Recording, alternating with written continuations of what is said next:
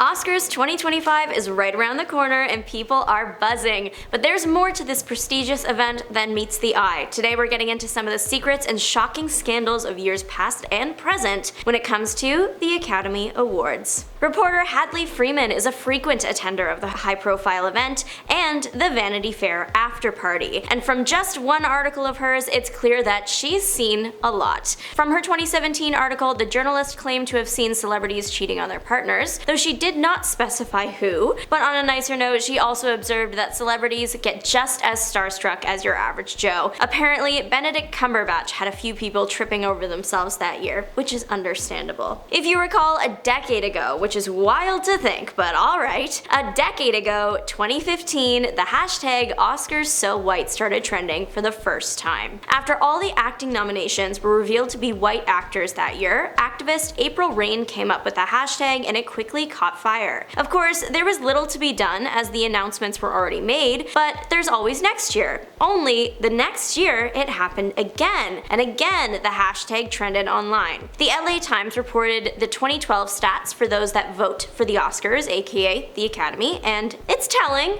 It's also probably similar to the stats that would have existed in around 2015 and 2016. So in 2012, the Academy was 5,765 people. 94% of them were white, 77% of people were male, and about 86% were over the age of 50, average age 62. 2% of voters were black, less than 2% Latino. Yeah, people were obviously pretty upset by the severe lack of representation, so the Oscars announced that it was going to do an overhaul of its membership. And that doesn't mean like a bunch of people were just going to get a letter like, sorry, you're out now, but instead they were going to just bring more people in to level out that playing field. By 2024, there were over 10,000 members and 35% identified as women and 20% from underrepresented communities. Having such an obvious difference in membership representation can be upsetting on its own, but people were additionally upset because the Oscars actually has a history of negative behavior when it comes to other races. In 2012, Billy Crystal decided to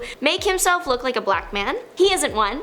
It was for a bit, and Justin Bieber was there just for a fun fact, but he had nothing to do with the racially charged thing. That was also the year that The Help won a bunch of Oscars and Octavia Spencer won Best Supporting Actress. So that just makes it all the more horrible. Then there was also the matter of the first ever black Oscars winner. Hattie McDaniel won Best Supporting Actress for Gone with the Wind in 1940. Now, that era of history wasn't exactly welcoming or kind to everyone, and McDaniel apparently had a table separate from all the white people, and after winning her award was ushered out of that area. Then there's also the matter of Halle Berry being the first black actress to win Best Actress in 2002 and the only one since. But after a stunning performance in Wicked, hopefully Cynthia Erivo changes that. In an unexpected turn of events, winning an Oscar was scientifically proven to make people live longer. It sounds such tinfoil hat theory, I know, but studies were done and the results speak for themselves. The first study happened around 2000/2001. Researchers looked at all the past winners and nominees and how many were still alive or had passed on. They also attempted to match people to those of similar age, gender, background, etc. They found that, on average, winners lived about 4 years longer, with winners of multiple Oscars sometimes making it to 6 years longer. Another study was done in 2022 that yielded very similar results. Scientists theorized that this is a result of a lack of stress. Winning an Oscar is the highest achievement in the acting profession, everybody knows that. Because the awards are voted on by the winners of past and those in the industry, this is like all your coworkers and, in a lot of cases, all those that you've admired basically telling you you're the best. After winning this award, it would make sense that a lot of stress is taken off the actor's shoulders, and not just because they've gotten the official confirmation that they're good at their job. Many Oscars winners notice that future salaries are 20% higher, roles are easier to get, they also get a goodie bag full of amazing items. It's a dream. Winning an Oscar equals job security, positive recognition, and your name going down in history. I think that stress-free lifestyle would make anybody live longer. On a darker note though, if the Academy is aware that they can extend lifespans just by casting their votes, then it's kinda like they're voting on who they want to live longer, which is maybe why Meryl Streep has won so many. We all want her to live forever. As much as we would all love for our glamorous Hollywood award shows to be a beacon of fair decision making, that's not always the case. And a 1999 campaign by none other than a major disgraced Hollywood producer exposed that there is plenty of work happening behind the scenes to score someone that little golden statue. In almost every Oscars speech, you're gonna hear people say thank you to this mysterious Academy. And when I was 5 years old, I pictured the Academy as just like a group of people that had all powerful movie knowledge that sat around a table and debated about movies. Maybe that does happen somewhere, but the Academy is actually referencing thousands of people. It's kind of like a really exclusive membership club, and the only way to join is if you were there from the beginning,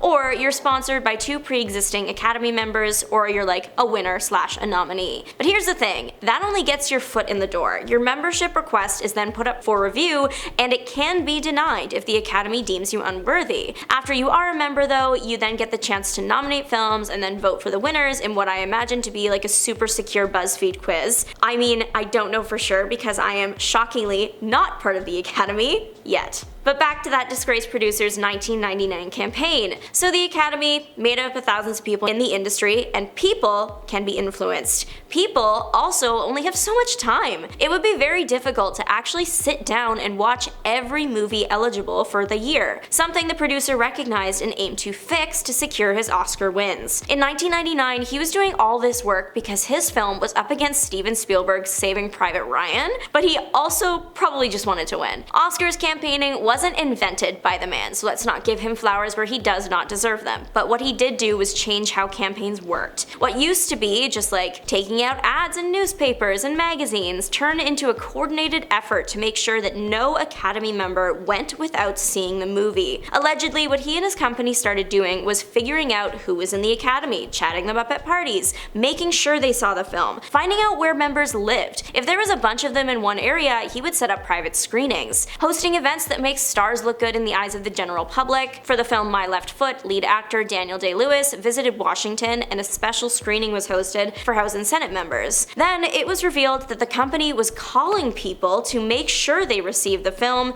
because it was on VHS because it was the 90s. He even went so far as to make sure retirement homes with Academy members got screenings, just kind of doing whatever he could to get eyes on the film. And that honestly, while slightly aggressive, doesn't seem like wrong. What's wrong was that he allegedly would talk down on the movie to members of the press, saying that the only good part of the movie was like the first 25 minutes and from there it lost its appeal. And generally saying things that would make people not want to watch it, which isn't fair at all. Of course, Shakespeare in Love, which was the movie up that year, it won Best Picture, and it's not a bad movie, thank God. It was worthy of the trophy, but no one actually thought that, compared to Spielberg's war epic, that it stood a chance. Harrison Ford announced the winner that year, and even he looked really sad about the results. To this day, people still say that Saving Private Ryan was robbed. Thanks to the producer, the Oscars suddenly became more ruthless. Every company for a while felt like in order to win, they needed to do what he did. And you know what? Unfortunately, aggressive campaigning might be necessary. 2015 was a big year for Oscar controversy. We had the Oscars so white hashtag trending. But then an Academy Award member revealed that they didn't even watch all the films in a category before voting, which had people in an uproar because that's not fair. The category in question is often overlooked. Some even say perceived as less worthy of an award because the medium is typically used for younger demographics, animation. The animation category, she's been through it. Some people think it was only invented because the Academy didn't want to nominate Shrek for Best Picture, which is fundamentally hilarious. Animation can be just as good and timeless as live action. I mean, take Shrek for example. A yearly survey of about 7 Academy members was done, and 2015's group seemed particularly uninterested in animated movies. I mean, 2 were very passionate about the Lego Movie snub, which is fair, but 1 was considerably meaner about it, calling 2 of the nominated films, and this is not nice, Chinese things that nobody saw. Some of the other people revealed that they didn't watch all the movies, so they abstained from voting. Things like lack of time or interest were common reasons why the films were passed over. But what do you think? I hope you're as excited for the Oscars this year as I am. Let us know your thoughts and 2025 predictions in the comments section down below. But if you're looking for more celebrity content, check out the rest of our channel. Thanks for watching. Happy Oscars. Bye!